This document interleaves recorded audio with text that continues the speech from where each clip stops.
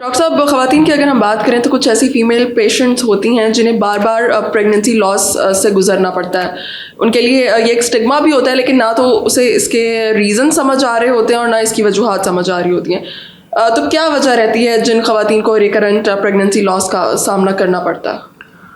देखिए, recurrent pregnancy loss एक बहुत बड़ा प्रॉब्लम है नेशनली, क्योंकि हर कपल जिसकी शादी होती है वो बच्चा पैदा करना चाहते हैं और सेफ़ एंड साउंड प्रेगनेंसी चाहते हैं और हेल्दी बेबी चाहते हैं। मिसकैरेज एक नेचुरल हैपनिंग है और 15% प्रोबेबिलिटी इसकी हर कपल में वैसे ही होती है, चाहे उसमें कोई डिफेक्ट हो या ना हो। ओके। और यहाँ एक पहले मैं अच्छी बात करता हूँ इसके बारे में कि एक प्रेगनेंसी लॉस होने से अबॉर्शन का फ्यूचर प्रोबेबिलिटी में बहुत ज़्यादा इजाफा नहीं होता। इसलिए जिनका एक हमल ज़ाया होता है उनको उससे ज़्यादा परेशान होने की ज़रूरत नहीं है, क्योंकि सब्सिक्वेंटली उनको नेचुरल प्रेगनेंसी हो सकती है। ओके। 2 प्रेगनेंसीज लूज़ हो जाएं तो चांसेस फिर भी अगली अबॉर्शन के 22% होते हैं, 22%, और 3 के बाद इट बिकम्स 32%। सो इसमें स्टार्ट में एक अच्छा मैसेज ये है कि चाहे किसी के 3 अबॉर्शन हो जाएं, फिर भी उसमें नॉर्मल बच्चा होने की प्रोबेबिलिटी 70% के करीब रहती है। इसलिए कपल्स को होप लूज़ नहीं करनी चाहिए। ठीक। जहाँ तक वजूहात की बात आती है तो हमारे माशरे में कज़न मैरिज बहुत कॉमन है। बिल्कुल। कज़न मैरिज अबॉर्शंस की एक नोन वजह है और उसके पीछे जेनेटिक फैक्टर्स होते हैं। चाहे आपकी फैमिली में पीछे हिस्ट्री ऑफ एबनॉर्मल बेबी हो या ना हो, कज़न मैरिज एक प्री डिस्पोजिंग फैक्टर है बहुत बड़ा हमारे मुल्क में रिकरेंट प्रेगनेंसी लॉस का। इसलिए जो लोग भी कज़न मैरिजेस करना चाहते हैं या प्लान में रखते हैं, उनको इस बात का अंदाज़ा होना चाहिए कि यहाँ पे मिसकैरेज का रेट हो सकता है। राइट। जो दूसरी वजूहात हैं, एक तो जेनेटिक डिसऑर्डर्स जो हैं उनका अभी तक इलाज नहीं बना और ना ही उनको डायग्नोज कर सकते हैं, ना ही उनको ट्रीट कर सकते हैं। राइट। ठीक। लेकिन पेशेंट्स के लिए या अवाम के लिए जो समझने की बात है वो ये है कि मिसकैरेज में अभी तक कोई 5-6 कॉजेज़ हैं जिनकी वजूहात तलाश की जा चुकी हैं और जिनको करेक्ट करने की अहलियत हासिल की जा चुकी है। ओके। उनमें नंबर 1 पे शुगर आती है, डायबिटीज़, ब्लड प्रेशर आता है और थायराइड का डिसऑर्डर आता है। ठीक। और एक कुछ लोग हैं जिनका ब्लड थिक होता है और उसके क्लॉट बन जाते हैं, उसकी वजूहात को तलाश किया जा सकता है और ट्रीट किया जा सकता है।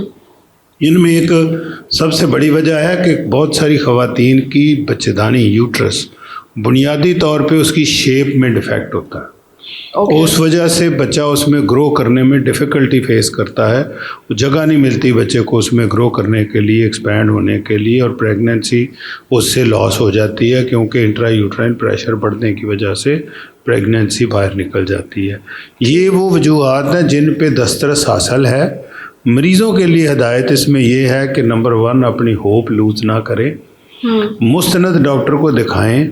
डॉक्टर की तजवीज़ करदा हदायत और जो इन्वेस्टिगेशंस हैं यानी तशख़ीस है, वो अपनी तशख़ीस मुकम्मल करा के और इलाज को फॉलो करें।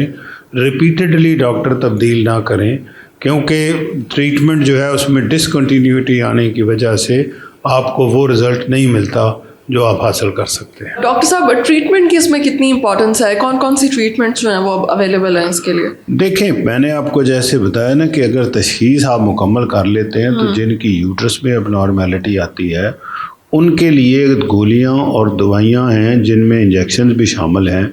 जो प्रोजेस्टेरॉन की दवाई इस्तेमाल होती है उससे यूट्रस का एक्सपेंशन बेहतर हो जाता है। और कुछ मरीज़ों को बच्चेदानी के मुंह पे टांका लगने से यूट्रस की जो शेप की एबनॉर्मेलिटी है वो बेहतर हो जाती है।